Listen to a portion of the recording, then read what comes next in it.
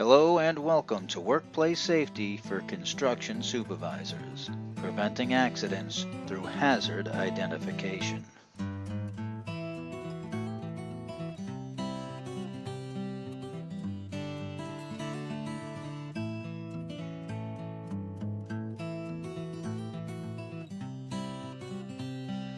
Let's begin by talking about the difference between an accident and an incident.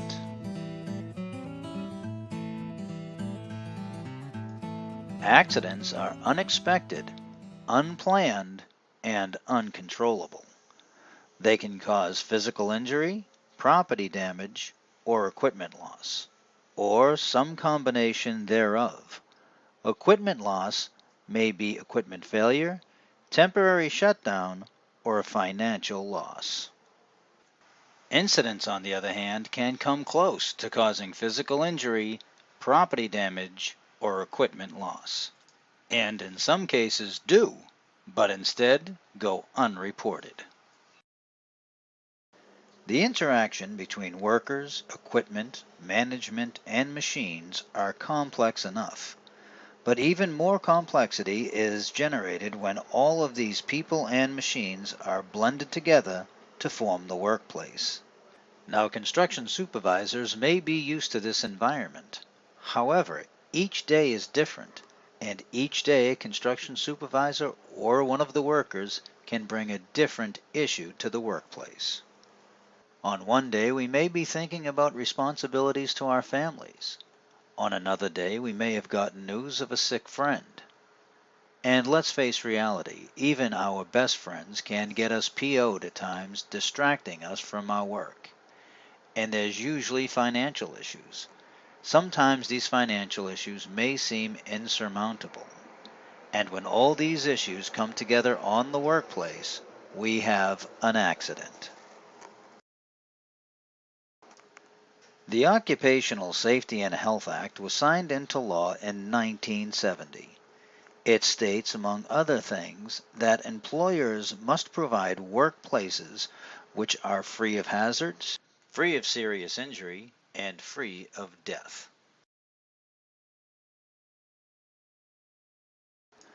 Some of the obvious benefits of a workplace safety program that is based on OSHA include lower insurance costs, fewer compliance inspections, less litigation and legal fees, as well as fewer settlements, and less indirect accident costs as well. This includes hiring new workers, lower productivity, and poor morale. But what about the worker? Should the worker be concerned about an accident prevention program that actually assists the construction supervisor and management? Well, the worker too gets more money because your payroll deductions are less because the insurance costs are less. There's also an increased sense of pride about your workplace. You may have experienced this already. When you want to show your children where you work, do you take them to the clean job site or the one which is a mess? And which of these sites has a better safety record? And finally, there's less potential for personal injury. But the biggest reason of all for wanting to have a workplace safety program is your family and your friends. Think about this. Who's the best friend you have? If you're like most construction workers, it's most likely someone that you work with. According to OSHA statistics, there were 4,114 deaths in the workplace in 2011. The construction industry accounted for 721 of those deaths, or 17.5%. Construction was the #1 industry for deaths on the job in 2011. Because of this, OSHA has identified what they call the Fatal Four. The fourth deadliest issue on the construction job site is being caught in between, which accounted for 19 deaths in the construction industry in 2011. Number 3 was electrocution, accounting for 67 deaths.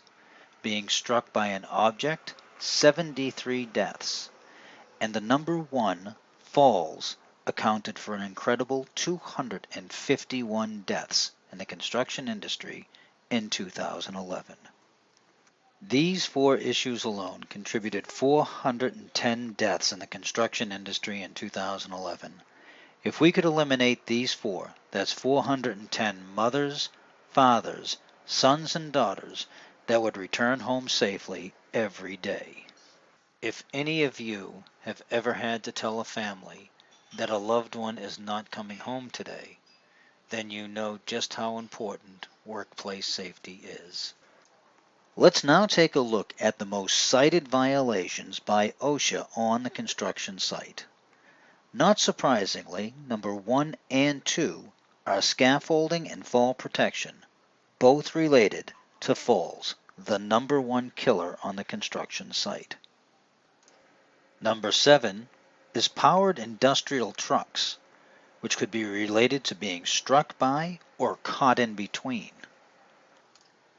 Numbers 5, 6, and 9 are controlling hazardous energy, electrical wiring methods, components, and equipment, and electrical system design, all of which could be related to the number 3 killer on the construction site of electrocution.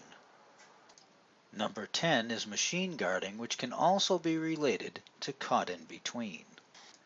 Numbers 3 and 4 of the most cited violations by OSHA are hazard communication and respiratory protection. And oddly, hazard communication could be related to any one of the top 10 cited issues on the construction site. So now, let's move on to how we can communicate hazards effectively through incident reporting. So what can be done? Let's take a look at recognizing, avoiding, and correcting potential injuries. In this segment of the program, we're going to be looking at statistics and goals, helping ourselves and others, 3 key areas, attitudes, safety is everyone's responsibility, and why the negativity about safety, and finally, systems, peer keeping, and reporting. And let's begin with where are we going, statistics and goals.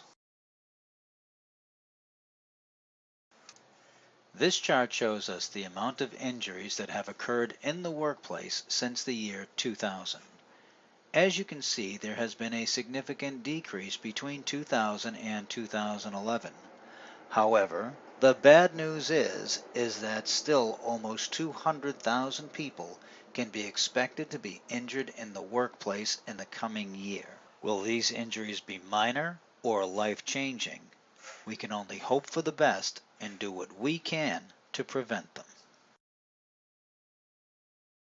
Unfortunately, deaths in the workplace has not shown the same declines as injuries in the workplace. In fact, the numbers have been kind of erratic. There has been a decrease since 2008, however the workforce has also decreased since 2008. So let's move on to what our goal should be moving forward. This is a simple message, but the goal itself is so difficult to achieve. However, this does remove all politics, company grievances, management likes and dislikes, and it is the most important thing of any job site safety program to ensure that no one gets hurt. In many cases, an accident occurs on a job site that goes beyond the nicked finger or a couple of stitches. In some cases, those accidents are life-changing. What happens on the job site after the accident is it's recorded, marked, and then we moved on. Essentially, we're left to forget about it. However, the person that was injured, the person who had that life-changing accident, must live with that for the rest of their lives. To reach our goal, we must first build a foundation, no pun intended. We must use tools that develop a safe environment, encourage safe behavior, build and establish safety systems, and finally gain cooperation and encourage the use of new ideas and new safety programs. In order to maintain a safe work environment, we must look at three key areas in order to help ourselves and others. These areas are the physical hazards, the attitudes towards safety, and finally, the systems in place to maintain and improve safety on the job site. Let's first focus on the physical. The physical has three subsets. These subsets are being aware of a hazardous environment, avoiding dangerous activity, and finally, wearing your personal protective equipment.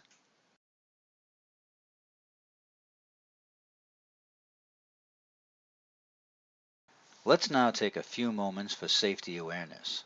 What I'd like you to do now is pause the video and identify all of the safety concerns generated by this one gentleman.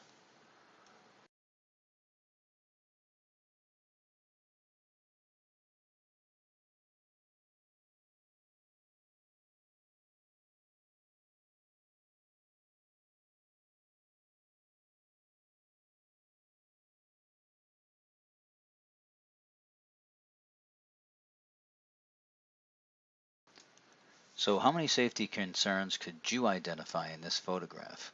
Besides the obvious of this gentleman working off of a stack of blocks, there's also the concern of he's not wearing a hard hat, he's not wearing any working gloves, and furthermore it does not appear that he's wearing any safety glasses. However, we also have to think about the incidents that may have occurred leading up to this. As an example, how did he get on top of the stack of blocks to begin with? Furthermore, how exactly does he plan on getting down? There's going to be safety concerns as he proceeds with this job. When you see a project like this, you should head straight to the job trailer where you know it's going to be safe. Well, on second thought. In many cases, the very people responsible for safety hardly present a safe environment. What are some of the hazards you can see right here in a simple trailer office?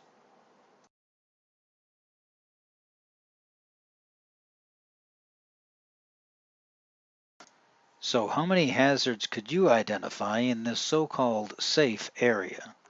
Did you see the poorly stored chemicals, the overloaded electrical outlets, the tripping hazards, and all that paper can be a fire hazard.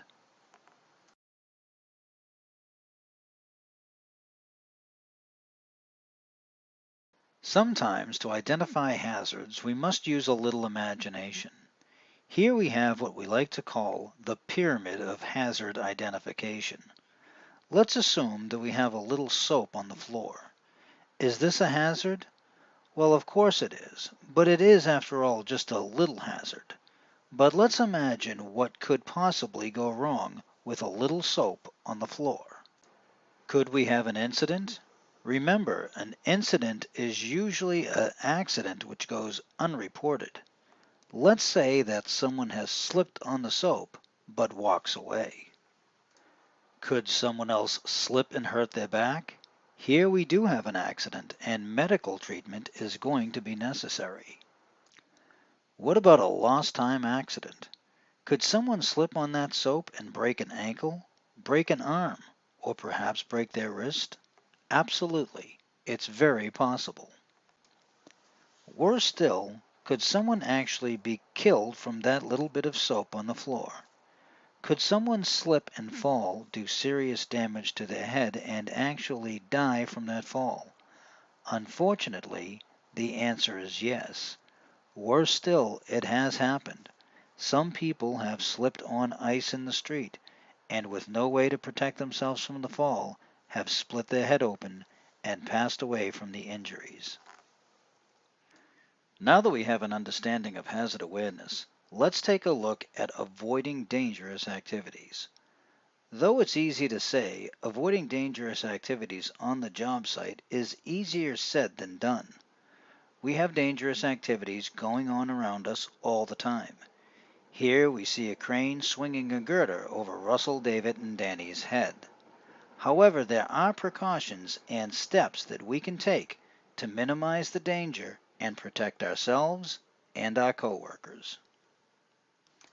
Now, let's take a look at this situation.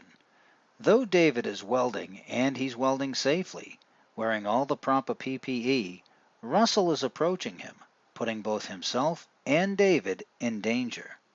First, Russell is not wearing the proper PPE for welding.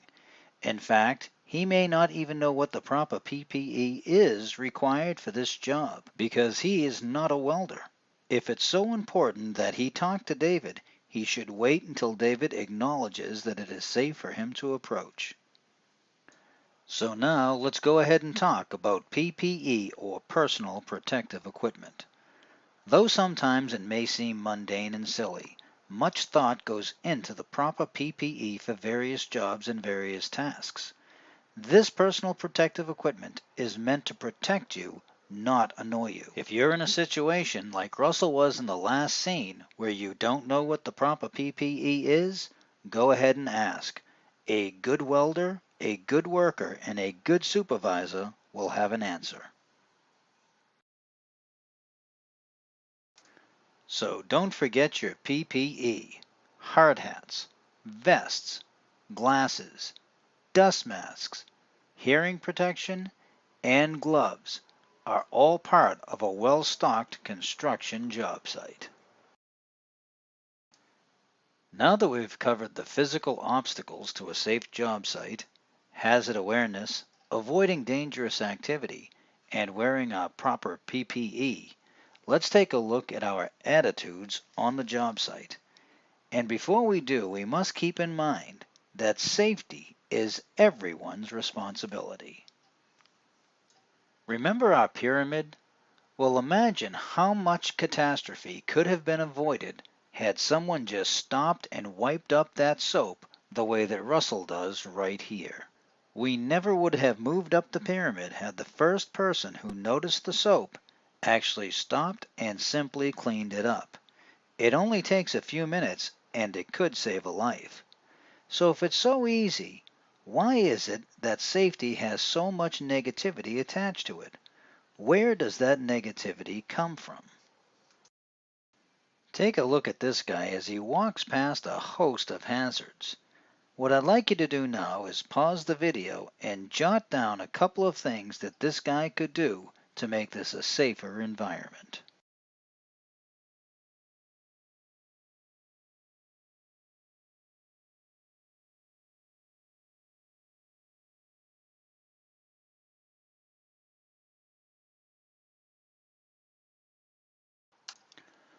Well, what did you identify?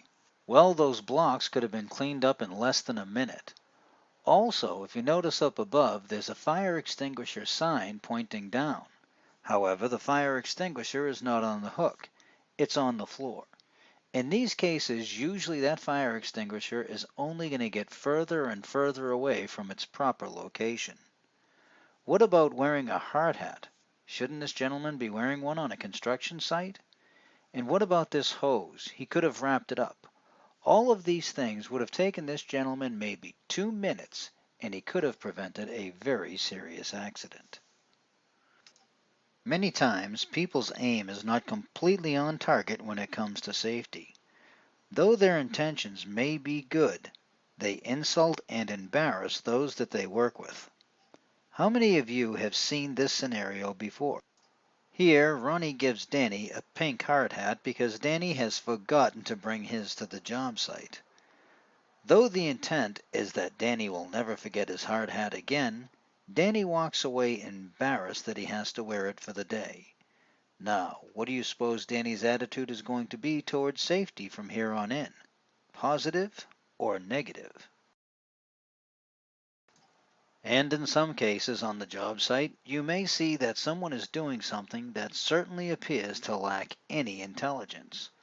But showing anger towards that person will most likely cause that person to reciprocate. Here, Ronnie's screaming at Danny, and Danny's most likely going to start screaming back. Now we have two people screaming, and nobody's thinking about safety.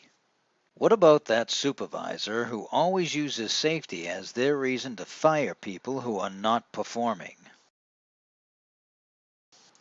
Or the worker who refuses to believe that management is taking safety seriously unless management pays $100,000 for a ventilation system for a porta-john. All of these situations create negative attitudes towards safety. However, there is a better way.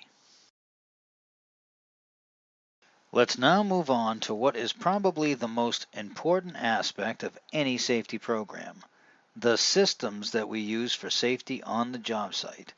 And let's start with peer keeping. Peer keeping is not just a phrase, it is the single most important action that you can perform on the job site to help your safety program and, most importantly, help each other. So what might happen here with a little peer keeping? Well, Ron could comment positively on something Danny is doing safely, like wearing his safety shoes, but then remind him that it's also important that he wear his hard hat. And don't give him a pink hard hat. It's only going to get him angry and embarrassed, and he's going to feel negative towards the safety program. Remember, one of the most difficult decisions a supervisor can make is to fire someone on the job site. And one of the most beneficial decisions that they can make is to create an effective safety program. Let's not use one to justify the other. As Ronnie threatens Russell with a pink slip here, David and Danny are looking on without their hard hats. When we enforce safety, let's be sure we enforce it against those breaking the rules, not those following the rules. As a supervisor, you know that some employees can be difficult, but don't get drawn into the trap of using safety as a performance tool to get rid of poor employees. A supervisor's enforcement of safety should be clear and consistent. We'll talk more about this in the system segment of this program. And speaking of difficult employees, how can we handle this situation? David wants Ron to invest big money into a ventilation system for the porta-john. Now, we all may be very well aware that this is a ridiculous request. But if David doesn't get his way, he's going to stomp around the job site claiming that management does not take safety seriously. So this situation is going to have to be handled with a little tact and a little skill. We should talk to the employee, explain that even though the situation is inconvenient, it is not unsafe, and that safety discussions should be focused on preventing accidents and injuries or worse. However, we shouldn't walk away there. If the employee has other complaints, we should stop and listen to them. Furthermore, if we have an opportunity, we should tell the employee some of the things that he is doing that is safe, like wearing his hard hat, and thank him for his contribution to safety and ask if he has any other concerns. So the process of peer keeping is pretty simple. First, we'd want to observe the employee.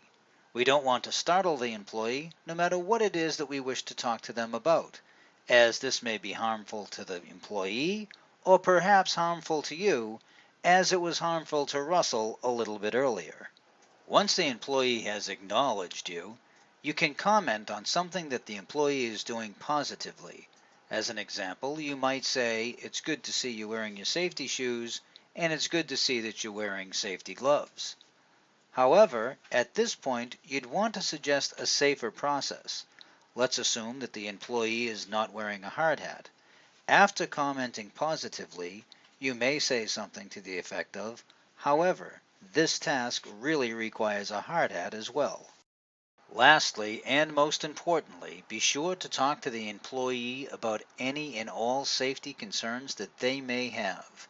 If they feel that you're talking to them to enforce a rule simply for the sake of a rule and not for their safety, they will become negative towards the safety program. By now, we're all familiar with the scene where Russell wants to talk to David, and David is doing a job which requires extreme focus and caution, welding. However, let's assume for a moment that Russell has seen something that he feels may be unsafe and he wants to inform David about that particular issue. How could Russell go about telling David using the peer-keeping steps that we just reviewed? Well, Russell should wait until David acknowledges him. Then he can come over and comment positively and open the discussion on safety. So now let's take a look at another situation. Remember our buddy? Well, how could we handle this situation with a little peer keeping? What I'd like you to do now is pause the video and think about the steps that you'd take to handle this situation.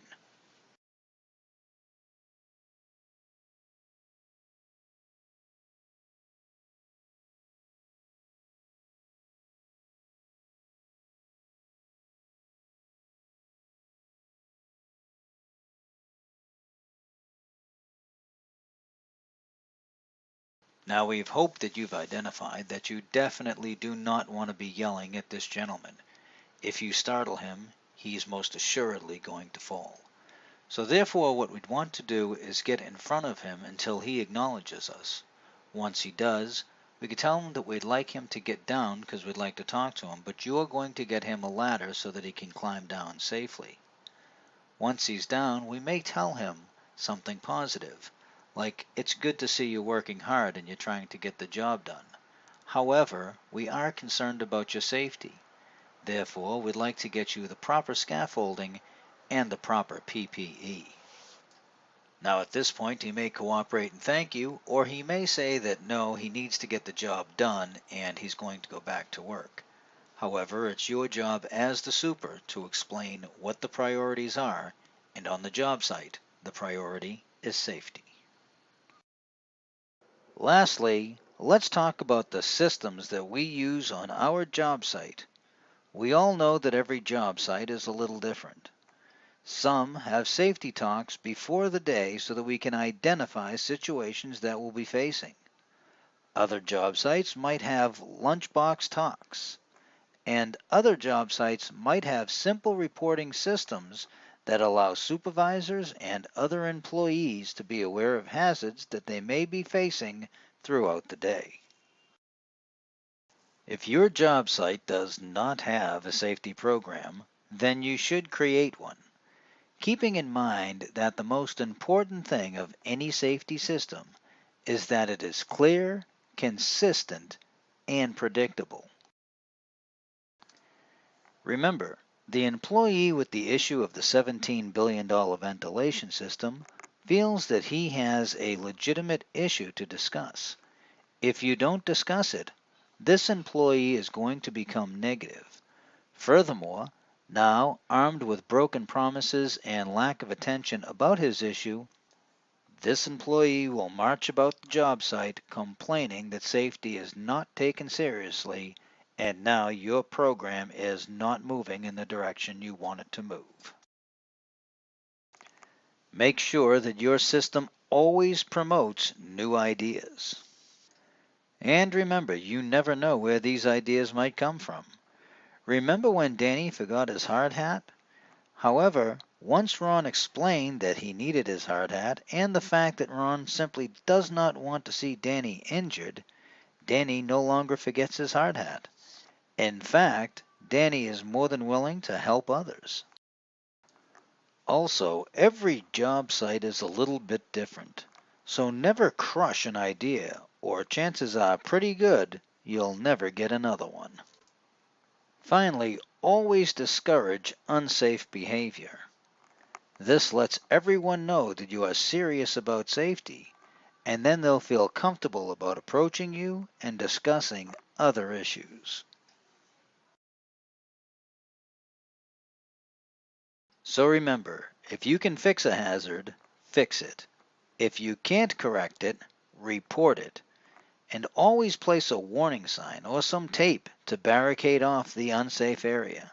But never ignore an unsafe practice or operation, because you don't know whose life you might be saving. And if you follow these simple workplace safety practices, when you go to visit a friend's house, the reaction you get might be completely different.